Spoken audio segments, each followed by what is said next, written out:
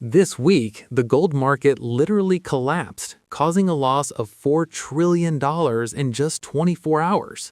But how did this happen? Will the value of gold rise again? What should I do? Should I sell my gold or buy more? Well, in this video, I will explain this crisis to you in simple terms, and by the end of this video, you'll have all the answers you've been wondering about. First, you need to understand what happened. Don't worry, I will explain it to you in simple terms. Okay, I want you to forget about gold completely and look with me at what happened in Silicon Valley and with technology stocks. Focus closely on this point. The story began with Microsoft. What happened? Microsoft shares fell 11% in one day. This is not just a stock, but a locomotive pulling the entire US stock market behind it. What does this have to do with gold? Large investors and investment funds put their money in multiple baskets: stocks, gold, and currencies. When stocks collapse like this, the broker or bank that lent them money to trade immediately contacts these funds and tells them one thing: bring cash now to cover your stock losses, or I will close your positions and declare you bankrupt. Let me simplify this with an example from our daily lives so you can understand the issue. Imagine that you are a timber merchant and you have obtained a loan from the bank secured by your timber warehouse. Suddenly, the price of wood in the market drops sharply. The bank sends you a message saying, "Wood merchant, the wood I have no longer covers the value of the loan you took out. You have 2 hours to bring me $1 million in cash as collateral, otherwise I will seize the stock and sell it at auction." As a trader, what would you do?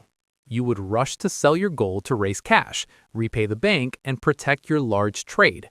That is exactly what the Wall Street whales did. Gold was the only thing they could sell quickly and get liquidity from to repay their losing stock debts. Remember the law of supply and demand? If supply is greater than demand, prices fall. But if demand is greater than supply, prices rise. In this case, gold was sold quickly and at low prices just to get rid of it, which caused supply to exceed demand, and that's why the price dropped. Gold wasn't sold because it was bad, but its contracts were sold to prop up crumbling technology, the trap that speculators fell into. The hardest thing that happened was that many speculators fell into a dangerous trap because of leverage. Simply put, leverage means that you trade with much more money than you actually have. For example, if you have $10,000, you can speculate as if you have $200,000. This is great when the price goes up because the profit is huge, but the problem starts when the price goes down even a little because the loss becomes huge and can wipe out your entire capital. What happened? The Chicago Stock Exchange and large trading companies such as Awanda Japan suddenly changed the rules. They told traders, it is no longer enough to put up a simple deposit. Now you must pay 4 times the previous amount to keep your trades open. It was a huge shock. Thousands of traders were asked to pay money they did not have immediately. The system began to automatically close their positions and sell their gold and silver at any price to cover the losses. What happened was like a harsh cleansing of the market from debt and excessive risk. In less than 24 hours, about $4 billion was forcibly removed from the market. It is important to note that this was not a sale of real gold, but rather a sale of paper contracts. Gold itself still retains its value, but those who traded in paper and debt lost out. Although the dollar regained some strength with the appointment of the new Federal Reserve Chairman, the fundamentals of gold remain strong. Central banks are still stockpiling. Trump is still turning the world upside down with his statements, and the risks are still there.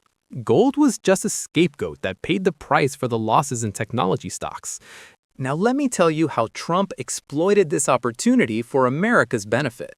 The game began in the office of President Donald Trump, who decided to return to the policy of "after me, the deluge."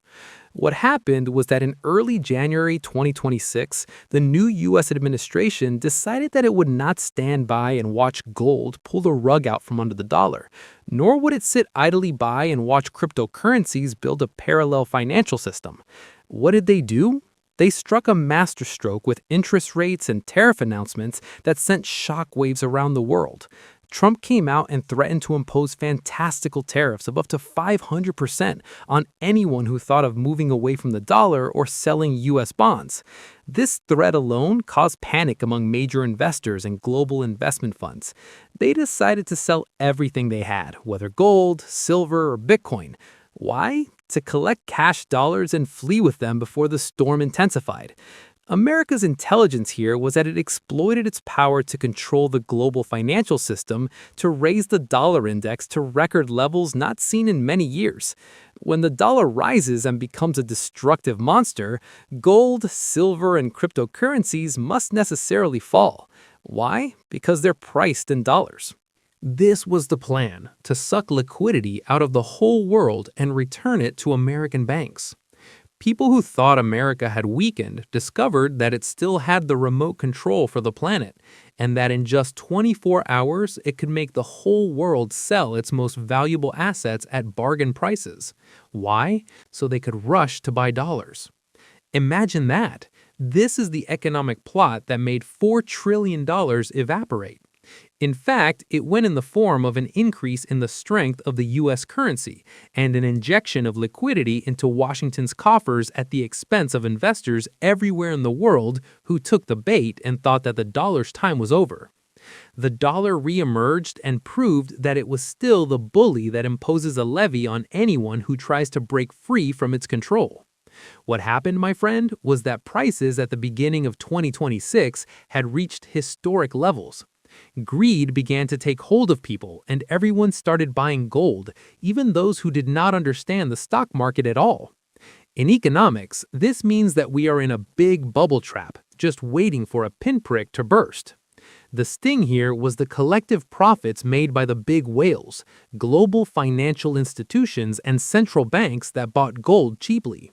When they saw the US dollar baring its teeth and Trump's statements turning the world upside down, they said to themselves, it's time to sell, and they dumped all their holdings on the market at once to secure their profits rather than risk losing them. At that moment, gold and silver were treated as dangerous commodities rather than safe havens. Focus with me. When investors are afraid, they want cash in their hands, not a piece of yellow or white metal that they don't know where to spend if the world goes up in flames. Silver, in particular, was a scene of great drama because it is an industrial commodity before it is an investment one. With America's threats to halt trade and impose tariffs, demand for silver in factories was affected. We saw the price collapse by 30% in just 24 hours. That's a scary number and not an easy thing to deal with. The idea was that ordinary people were buying and prices were sky high. Anyone with a little money thought, I'll sell my dollars and buy gold and silver. When the big crash started, computerized investment funds and artificial intelligence began executing automatic sell orders as soon as the price broke certain points.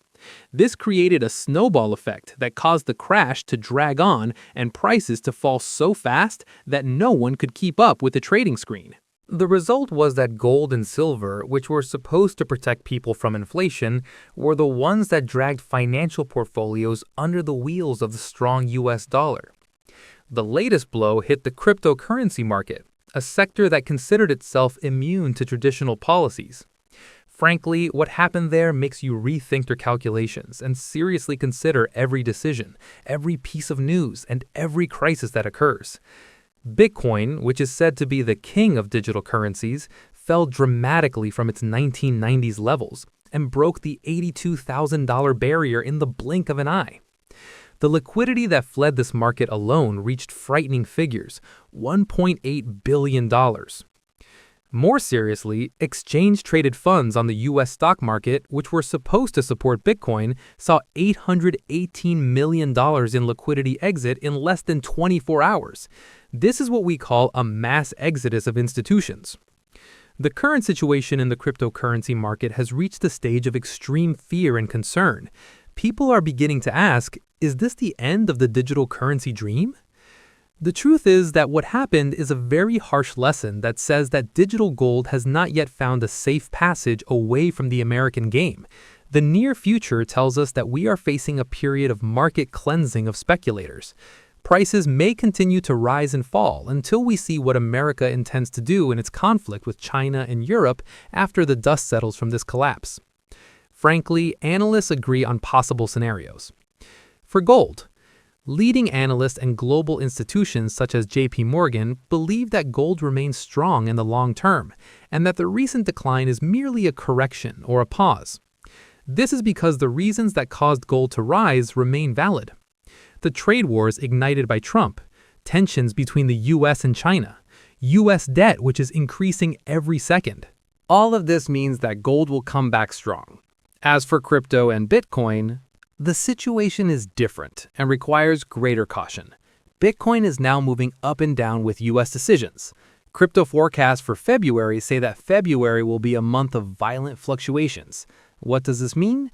It means that Bitcoin may continue to move in the $80,000 range until there's a clearer picture of the benefits and taxes that the US intends to impose on digital trading. Also, the launch of a new payment system between China and Russia is another important factor affecting digital currencies. Experts say that Bitcoin could reach $130,000 before the end of 2026, but only if it stays above the $80,000 level during this crisis. If it falls below that, we will see a deeper decline, because every barrier that is broken means a break in the zone of strength.